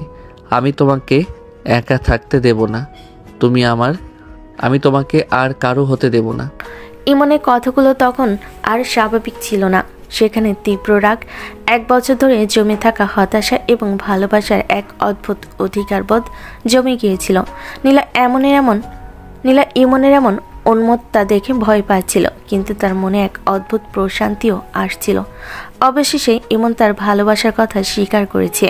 তবে ইমনের এই জোর করা অধিকার সে সহজে মেনে নিতে পারল না। ফাঁকা ক্লাসরুমে ইমনের সেই জোরপূর্বক অধিকারবোধ এবং ভালোবাসা স্বীকার করার পর নীলা নিজেকে শক্ত রাখল। নীলার মনে যে তীব্র কষ্ট ও অভিমান জমেছিল তা এত সহজে মিটে যাওয়া নয়। ইমন তার ভালোবাসা স্বীকার করেছে শুনে নীলার কিছুটা ভালো লাগলো। 1 বছর ধরে বয়ে বেড়ানো অপমানের জবাব সে সহজে দেবে না বলে মন স্থির করলো। তুমি ভালোবাসো? তোমার ভালোবাসার প্রমাণ তো আমি 1 বছর আগেই পেয়ে গেছি। তুমি আমার উপর যে অধিকার দেখাচ্ছ সেটা তোমার রাগ, ভালোবাসা নয়। আর তোমার মতো একজন মানুষের জন্য আমি আর অপেক্ষা করতে চাই না। আমি তোমার জন্য আমার কোনো জায়গা নেই। তুমি আমার পথ থেকে সরে যাও। নীলা কোনো দিকে না তাকিয়ে দ্রুত ক্লাস থেকে বেরিয়ে গেল। ইমন সেখানে স্থির হয়ে দাঁড়িয়ে রইল। তার শরীরের সমস্ত শক্তি যেন নিংড়ে নেওয়া হয়েছে। সে বুঝতে পারল নীলার আঘাত কতটা গভীর ছিল। সেই দিনের পর থেকে নীলার আচরণে এলো এক কঠিন পরিবর্তন। সে সচেতনভাবে ইমনকে এড়িয়ে যেতে শুরু করলো।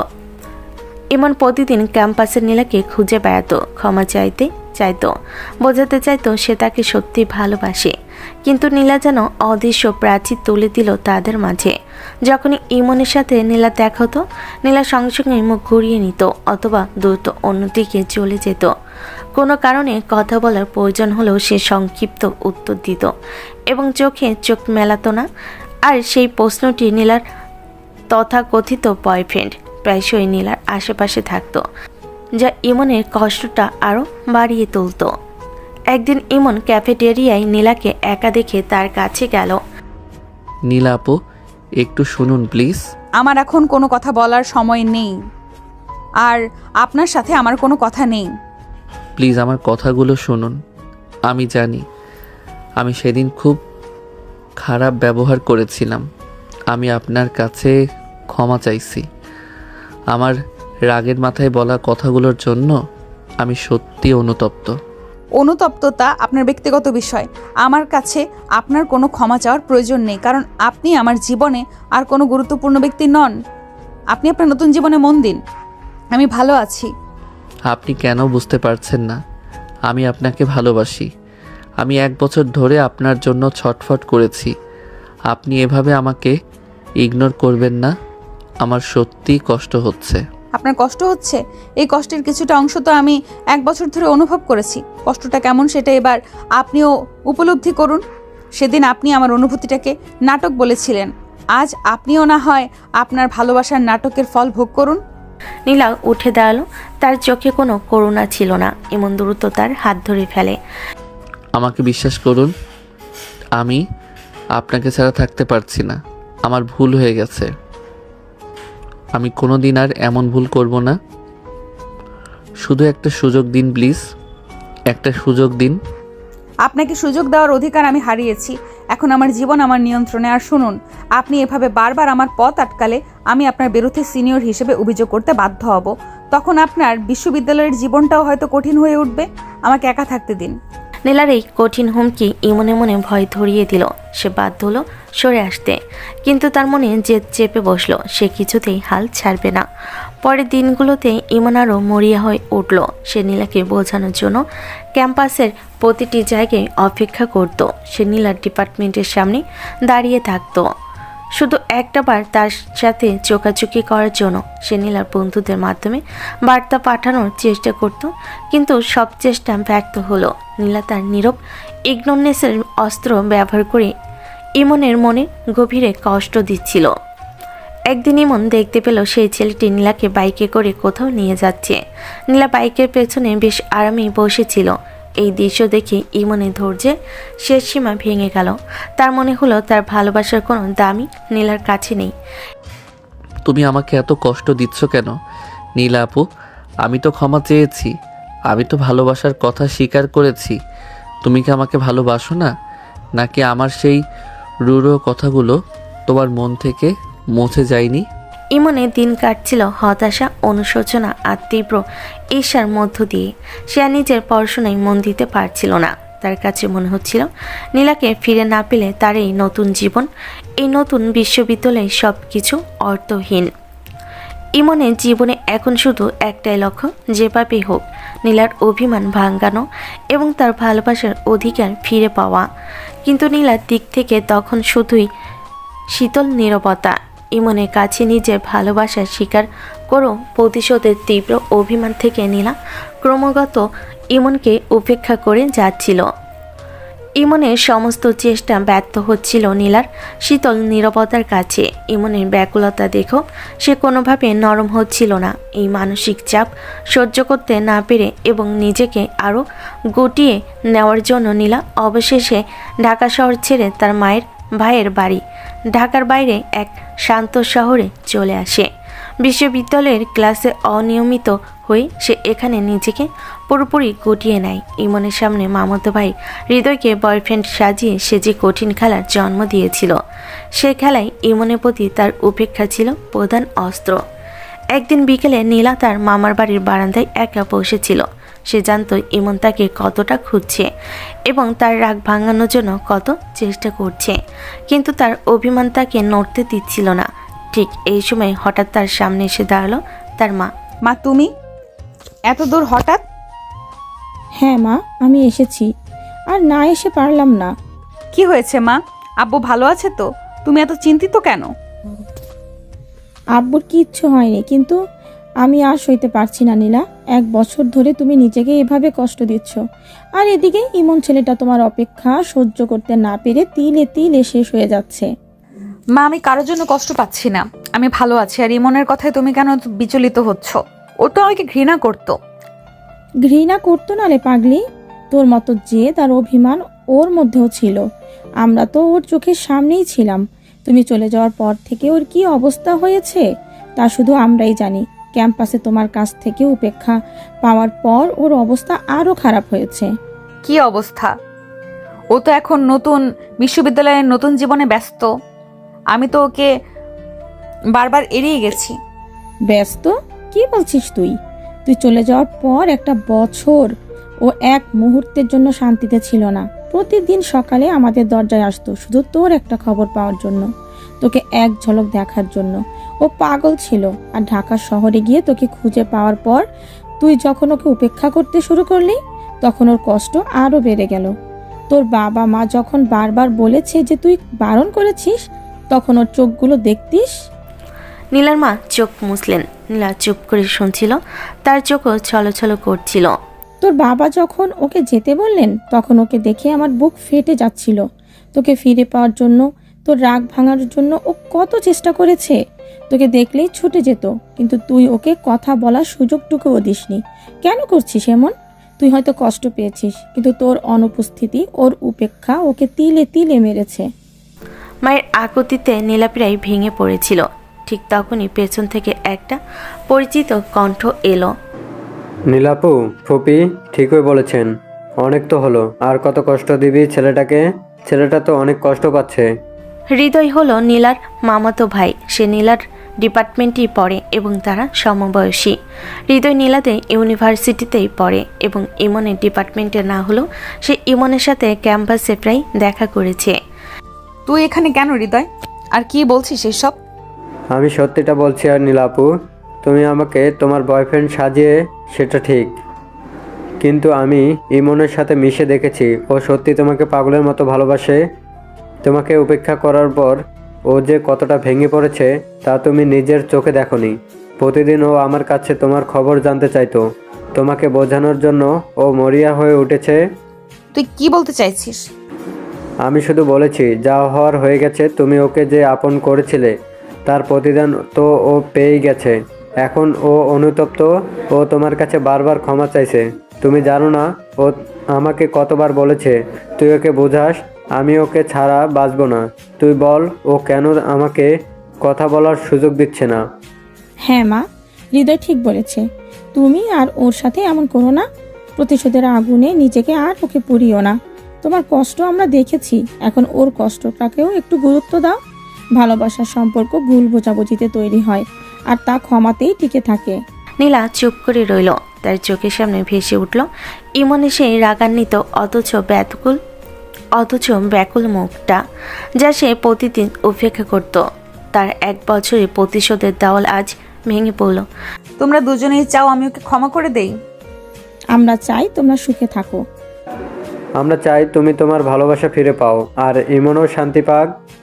নীলার কোনো কথা বলতে পারল না। তার চোখে জল গড়িয়ে পড়ল। এবার তার মনে হলো 1 বছর তো হলো, এবার হয়তো সব ভুলের সামনে এগিয়ে যাওয়ার সময় হয়েছে। মা এবং মামাতো ভাই হৃদয়ের কথাগুলো নীলার হৃদয়ের গভীরে আঘাত করল। প্রতিশোধের তীব্র অভিমান থেকে নীলা ক্রমাগত ইমনকে উপেক্ষা করে যাচ্ছিল। ইমনের ব্যাকুলতা দেখেও সে কোনোভাবে নরম হচ্ছিল না। তবে মায়ের আকুতি ও হৃদয়ের যুক্তিতে নীলা স্থির করল, এবার এসব অভিমান ভেঙে ইমনের কাছে ফিরতে হবে। আমি ফিরে যাব মা। আমি আর ওকে কষ্ট দিতে চাই না।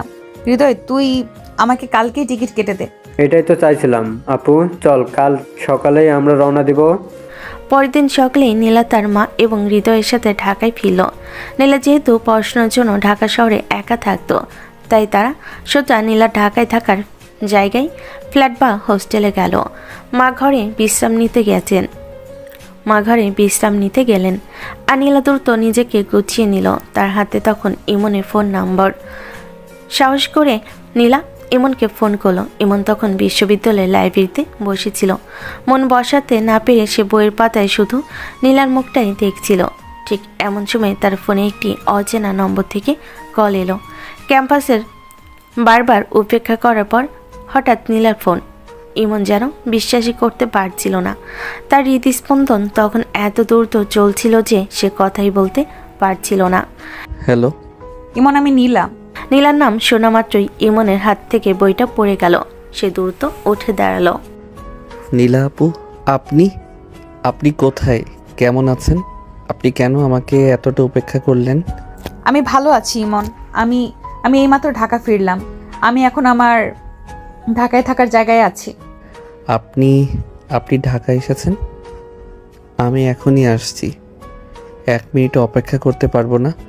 আমি আপনার কাছে ক্ষমা চাইতে চাই। না ইমন, তুমি এখন এসো না, আমি আসছি। তুমি তোমার বিশ্ববিদ্যালয়ের লেকের ধারে আমার জন্য অপেক্ষা করো। আমার কিছু কথা বলার আছে। আমি এখনই আসছি।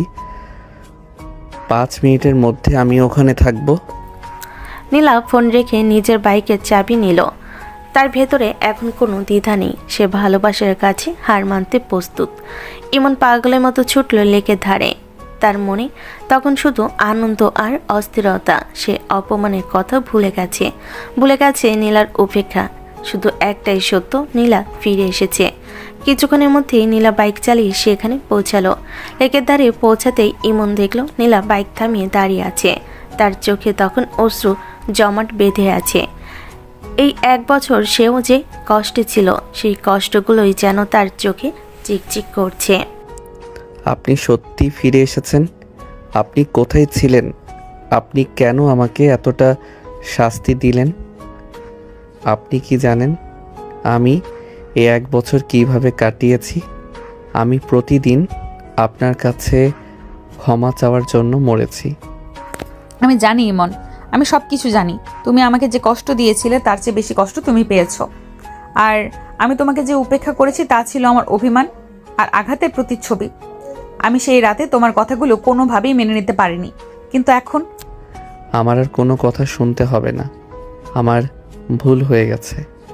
আমি সেই রাতে তোমাকে যা বলেছি তার জন্য আমি সারা জীবন অনুতপ্ত থাকব। আপনি প্লিজ আমাকে ক্ষমা করে দিন। আমি আপনাকে ভালোবাসি নীলা আপু, প্রচণ্ড ভালোবাসি। আপনি আর দূরে থেকো না। আমি তোমাকে আগেই ক্ষমা করে দিয়েছি ইমন, কারণ আমিও তোমাকে ভালোবাসি। আমি জানি তোমার ভালোবাসা সত্যি, আর তুমি আমার কাছে একটা জিনিস জানতে চেয়েছিলে। কি কি জানতে চেয়েছিলাম? হৃদয় হৃদয় আমার বয়ফ্রেন্ড নয়, সে আমার মামাতো ভাই। আমাদের মধ্যে কোনো সম্পর্ক নেই। সে শুধু আমার দেখাশোনার জন্য জাহাঙ্গীরনগর বিশ্ববিদ্যালয়ে পড়ে। তুমি সেদিন যা দেখেছিলে তা ছিল আমার সেই প্রতিশোধের খেলার অংশ। আমি চেয়েছিলাম তুমিও যেন সেই ঈর্ষার আগুনে অনুভব করো। নীলার কথা শুনে ইমনের বুকের উপর থেকে যেন বিশাল পাথর নেমে গেল। তার চোখ জলে ভরে গেল। তবে এই জল ছিল আনন্দের। সে আর দেরি করল না। নীলাকে আলতো করে জড়িয়ে ধরে তার সমস্ত ভালোবাসা উজাড় করে দিল। আপনি আর কোনোদিন আমাকে ছেড়ে যাবেন না নীলা আপু, কোনো দিন না। আর তুমিও কোনোদিন আমাকে অসম্মান করবে না ইমন। আমি তোমার সিনিয়র বউ হতে রাজি, তবে তোমার খেলার পুতুল নই।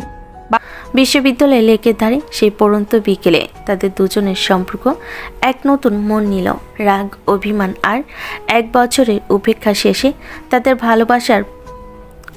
তাদের অপূর্ণ ভালোবাসা আজ পূর্ণতা পেল। নীলার সিনিয়র পরিচয় আজ তার ভালোবাসার কাছে গৌণ হয়ে গেল। লেকের ধারে নীলার সাথে সাক্ষাতের পর ইমনের জীবনে এক নতুন আলো এলো। দীর্ঘদিনের অপেক্ষা ও কষ্টের অবসান হলো। নীলা ফিরে এসেছে এবং সবচেয়ে বড় কথা, তাদের ভুল বোঝাবুঝির অবসান হয়েছে। তাদের মধ্যে সব মান অভিমান দূর হলো। তাদের সামনে এখন এক নতুন চ্যালেঞ্জ, পরিবারের সম্মতি। ইমন জানে তাদের সম্পর্কের শুরুতে নীলা যতই অধিকার দেখাক না কেন, সে ইমনের থেকে বয়সে বড় এবং সিনিয়র। এই বিষয়টি তার রক্ষণশীল বাবা মা সহজে মেনে নেবেন না। নীলা ফিরে আসার পর তারা দুজন ক্যাম্পাসে কিছুটা সময় একসাথে কাটালো, কিন্তু বিষয়টি গোপন রইল। এমন বুঝতে পারছিল সে আর এক মুহূর্ত নীলাকে কাছছাড়া করতে চায় না। তাই দ্রুতই সে তার বাবা মাকে সব জানানোর সিদ্ধান্ত নিল। সেই রাতে ইমন যখন তার বাবা মায়ের সাথে রাতের খাবার খাচ্ছিল, তখন সে ভীষণ অস্থির ছিল। তার বাবা মা ছেলের এমন অস্বাভাবিক নীরবতা লক্ষ্য করলেন। কি হয়েছে বাবা ইমন? আজ সকাল থেকেই তোকে খুব চিন্তিত মনে হচ্ছে। পড়াশোনার কোনো চাপ? না বাবা, পড়াশোনার চাপ নয়, আমার কিছু জরুরি কথা বলার ছিল। কি কথা বাবা? তুই তো এমন করিস না কখনো, বল মন খুলে। বাবা মা, আমি একজনকে ভালোবাসি। আমি তাকে বিয়ে করতে চাই। ইমনের কথা শুনে তার বাবা মা দুজনেই যেন আকাশ থেকে পড়লেন। তাদের ছেলে যে সবসময় শুধু পড়াশোনা নিয়েই ব্যস্ত থাকতো, সে হঠাৎ করে বিয়ের কথা বলছে। বিয়ে? হঠাৎ এইসব কি বলছিস ইমন? কাকে ভালোবাসিস? এইসব তো তোর এখন ভাবার কথা নয়। তোর তো সবেমাত্র গ্র্যাজুয়েশন শুরু হলো। হ্যাঁ বাবা, আমরা তো আর বিয়ে দিতে চাই না তা নয়, কিন্তু এখন নয়। আর মেয়েটিকে কোথায় আলাপ হলো? আমি যাকে ভালোবাসি সে আর কেউ নয়, সে হলো নীলা আপু। নীলা? মানে আমাদের পুরনো বাড়ির সেই মেয়েটা? তুই কি বলছিস ইমন? সে তো তোর থেকে বয়সে বড়, আর আমরা তাদের শহর ছেড়ে এসেছি।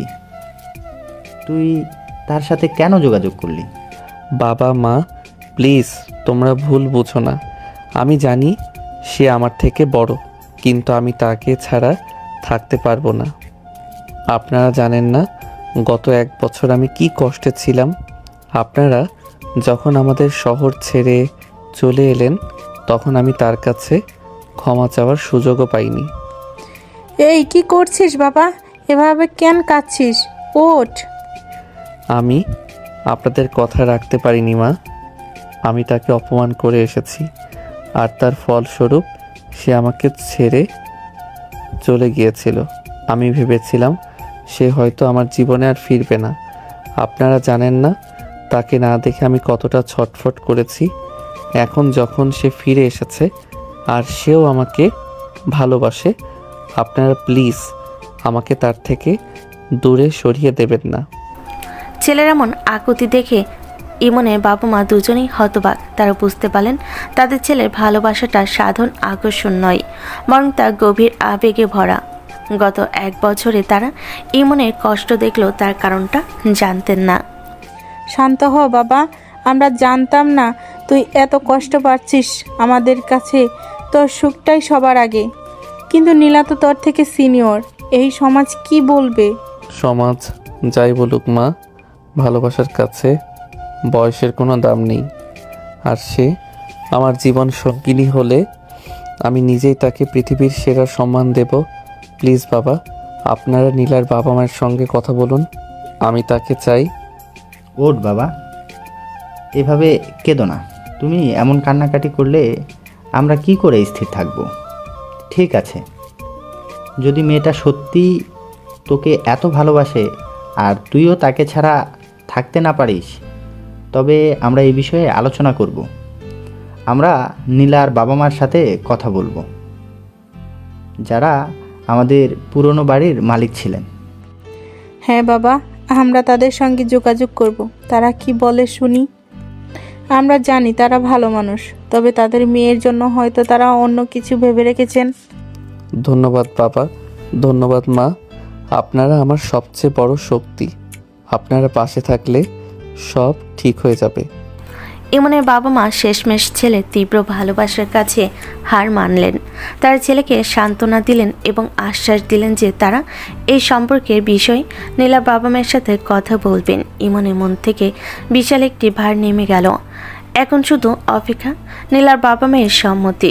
ইমনের বাবা মায়ের সম্মতির পর সব থেকে কঠিন ধাপ ছিল নীলার বাবা মায়ের সম্মতি আদায় করা। ইমনের বাবা দ্রুত নীলার বাবার সাথে ফোনে যোগাযোগ করলেন। প্রথমে নীলার বাবা ইমনের বাবার এই প্রস্তাবে খুবই অবাক হলেন। নীলার মাও সহজে মেনে নিতে পারছিলেন না, কারণ নীলা ইমনের থেকে বড় এবং তাদের সম্পর্ক ভেঙে যাওয়ার তিক্ত অভিজ্ঞতা তাদের জানা ছিল। তবে ইমনের বাবা ধৈর্য ধরে বোঝালেন যে 1 বছর ধরে ইমনের কষ্ট এবং নীলার ফিরে এসে ইমনের ভালোবাসাকে স্বীকার করে নেওয়া সবই প্রমাণ করে তাদের সম্পর্কটি কতটা গভীর ও খাঁটি। বিশেষত যখন নীলার মা তাদের মেয়েকে খুঁজতে গিয়ে ইমনের অনুশোচনার কথা জানতে পারেন, তখন তার মনও নরম হয়ে গিয়েছিল। নীলার বাবা মা তাদের মেয়েকে ডেকে বসালেন। মামুনি, ইমন এবং তার মা বাবা আমাদের কাছে এসেছিল। তারা তোমাদের সম্পর্কের কথা বলছে। তুমি কি সত্যি ইমনকে বিয়ে করতে চাও? তুমি তো জানো সে তোমার থেকে ছোট। বাবা আমি জানি, কিন্তু আমরা দুজনেই 1 বছর ধরে যে কষ্ট পেয়েছি তার কোনোদিন পেতে চাই না। সে আমার কাছে ছোট নয়, সে আমার ভালোবাসা। সে ভুল করেছিল, আমিও তাকে শাস্তি দিয়েছিলাম, কিন্তু এখন আমাদের মধ্যে কোনো অভিমান নেই। তুমি আর মা, তোমরা আমাদের আশীর্বাদ করো। নীলার চোখে সেই পুরনো জেদ নয়, ছিল অটল বিশ্বাস। মেয়ের এমন নিশ্চিত উত্তর শুনে নীলার বাবা মা আর আপত্তি করতে পারলেন না। ভালোবাসার কাছে বয়সের হিসেব শেষমেশ গৌণ হয়ে গেল। কিছুদিনের মধ্যেই 2 পরিবারের সম্মতিতে বিয়ের দিন ধার্য হলো। ঢাকা শহরের এক ঝলমলে সন্ধ্যায় ইমন আর নীলার শুভ পরিণয় হল। নীলাকে আজ রানীর মতো লাগছিল। লাল বেনারসি, সোনার গহনা আর মেহেদির রঙে তার হাতে ইমনের নাম। ইমনের চোখে ছিল আনন্দের ঝিলিক। 1 বছর ধরে যে স্বপ্ন সে দেখেছে আজ তা সত্যি হলো। বিয়ের আনুষ্ঠানিকতা শেষ হলো। নীলা যখন শ্বশুরবাড়ি এলো তখন তার মনে মিশ্র অনুভূতি। এই বাড়িতে সে ভাড়াটিয়ার ছেলেকে শাসন করত, আর আজ সেই ঘরের বউ। ইমনের বাবা মা হাসি মুখে তাদের নতুন পুত্রবধূকে বরণ করে নিলেন। রাত বাড়ল, সমস্ত কোলাহল থেমে গেল। নীলা যখন বাসঘরে প্রবেশ করলো তখন দেখলো ইমন তার জন্য অপেক্ষা করছে। ঘরটা ফুল আর সুগন্ধিতে ভরা। নীলা লাজুক পায়ে বিছানার প্রান্তে গিয়ে বসলো। আমার সিনিয়র বউ, আজ থেকে তুমি শুধুই আমার। তুমি তো এখন আমার থেকে 1 বছরের ছোট নও ইমন। তুমি আমার মনের মানুষ, তুমি আমার অভিভাবক। তুমি আমার মনের মানুষ, আমার সব, আমার জীবন। তুমি চলে যাওয়ার পর আমি বুঝেছি আমার জীবনের প্রতিটা নিঃশ্বাসে তুমি ছিলে। আমি আজ তোমার কাছে আবারও ক্ষমা চাইছি সেই রাতের রূঢ় ব্যবহারের জন্য। আর ক্ষমা চাইতে হবে না ইমন। তোমার চোখের দিকে তাকিয়ে আমি বুঝেছিলাম তোমার ভেতরের কষ্টটা আমার কষ্টের চেয়ে কোনো অংশে কম ছিল না। তুমি আমার জন্য যে কষ্ট পেয়েছো তাতেই আমার সব অভিমান মিটে গেছে। আজ থেকে শুধু ভালোবাসা। শুধু ভালোবাসা আর অধিকার। এখন থেকে আমি তোমার ওপর পূর্ণ অধিকার খাটাতে চাই। তুমি আমার স্ত্রী। সেই অধিকার তো তুমি সেদিনই আদায় করে নিয়েছিলে, যখন আমার হাত ধরে টেনে ফাঁকা ক্লাসরুমে নিয়ে গিয়েছিলে। আমি সেদিনই ভয় পাইনি, বরং অনুভব করেছিলাম এই স্পর্শ শুধু আমার। তুমি তখন জোর করে আমার ভালোবাসা চেয়েছিলে। সেদিন চেয়েছিলাম, আজ পেয়ে গেলাম। তোমার এই লাজুক মুখটা সেদিন আমার চোখে পড়েনি। জানো নীলা, তোমার ওই হাসিটা যখন অন্য কারোর সাথে দেখতাম তখন আমার বুকটা জ্বলে যেত। ঈর্ষায় আমি পাগল হয়ে যেতাম। তোমাকে ছাড়া আমার আর কিছু ভালো লাগতো না। আমি তো এটাই চেয়েছিলাম ইমন, তুমিও যেন আমার মতো ছটফট করো। কিন্তু এখন আর সেই খেলার প্রয়োজন নেই। আজ আমরা শুধু আমাদের ভালোবাসাকে পূর্ণতা দেব। ইমন নীলার কপালে আলতো করে চুমু খেলো। তারপর তার ঠোঁট নেমে এলো নীলার চোখে, নাকি অবশেষে নীলার অধরে। তাদের চারপাশের ফুলের গন্ধ আর মোমবাতি মৃদু আলোয় তাদের ভালোবাসার নতুন রূপে প্রকাশ পেল। ভালোবাসার ঘর সাক্ষী রইল সেই তীব্র ভালোবাসার, যা 1 বছরে বিচ্ছেদ ও অভিমানের পথ পেরিয়ে এসেছে। নীলা আজ তার জীবনের সবচেয়ে গুরুত্বপূর্ণ মানুষের কাছে নিজেকে সঁপে দিল। ইমনের জীবনে নীলার প্রবেশ ছিল এক ঝোড়ো হাওয়া, আর সেই ঝড় শেষে আজ তাদের জীবনে নেমে এলো এক শান্ত স্নিগ্ধ পূর্ণিমা। তাদের ভালোবাসার গল্পটা শুরু হয়েছিল বাড়িওয়ালার সুন্দরী মেয়ের সিনিয়র বউ হয়ে, কিন্তু তা শেষ হলো 2 সমর্পিত হৃদয়ের মিলন দিয়ে।